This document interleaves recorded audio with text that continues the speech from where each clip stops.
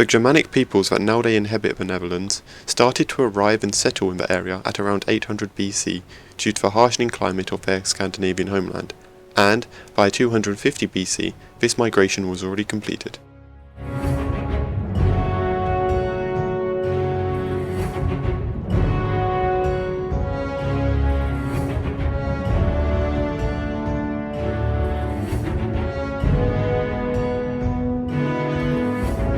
As time passed, the Germanic settlers in the north would eventually develop into the early Frisians and Saxons, while the ones in the south would develop into the Franks, who coexisted with the local Celts, more specifically the Belgae, which would eventually become the namesake of Belgium.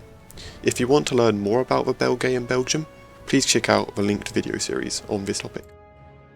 In 58 BC, a Roman proconsul named Julius Caesar decided that it was time to subjugate the Gallic tribes, beginning the Gallic Wars, which lasted up until 50 BC. Eventually, all of the areas south of the Oder Rhine and west of the River Rhine were conquered by the Romans.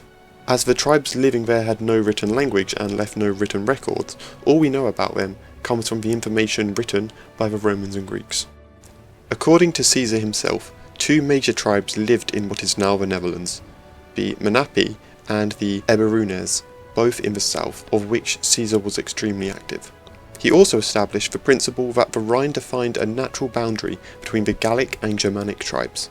However, the Rhine was not a strong border, and he made it clear that by saying in some parts of Gaul, many of the local tribes were of mixed Germanic origin, such as the Eburones mentioned before.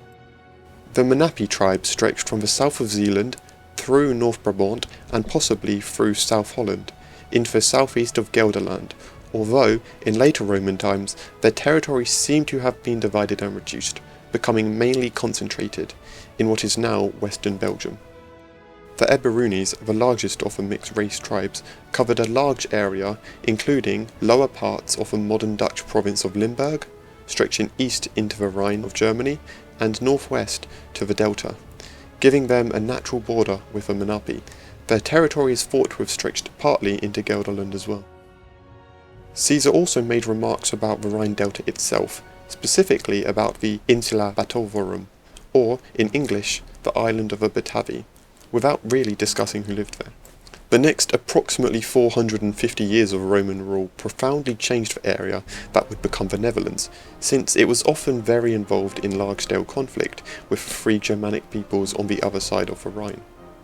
Starting about 15 BC, the Rhine and the Netherlands were heavily fortified by the Romans, and after a series of military actions, in 12 AD, the Rhine became fixed as the northern frontier of the Roman Empire in the European mainland. Soon a number of towns would arise along this border.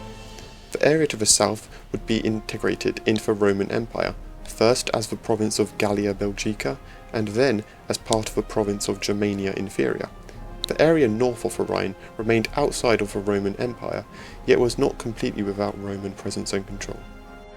The local settlements let many tribes that were outside of the Roman Empire be heavily documented by Roman historians like Pliny the Elder, such as the Canaphetes in South Holland, the Frisii, who covered most of the modern-day Netherlands north of the Oder Rhine, the Frisobones, who stretched from the Delta into the north of North Brabant, and the Marsaci, who stretched from the Flemish coast into the Delta. All of the tribes, especially the Batavians and the Canaphetes, were held in high regard as soldiers throughout the empire, and originally served in the Roman cavalry. Due to this, in the first centuries after Rome's conquest of Gaul, trade and culture flourished, with Roman, Gallic and Germanic culture being combined in this region. However, not everything was as it seemed so peaceful and perfect. The Batavians were not content, and rose up against the Romans in the Batavian Rebellion of 69 AD. Their leader was the Batavian Gaius Julius Civilis, and one of the causes for the uprising was that the Romans had been taking young Batavians as slaves. As a result, a number of Roman forts were attacked and burned. Other Roman soldiers, auxiliary troops of the Batavians and the Canapheti, joined the uprising, splitting the northern part of the Roman army.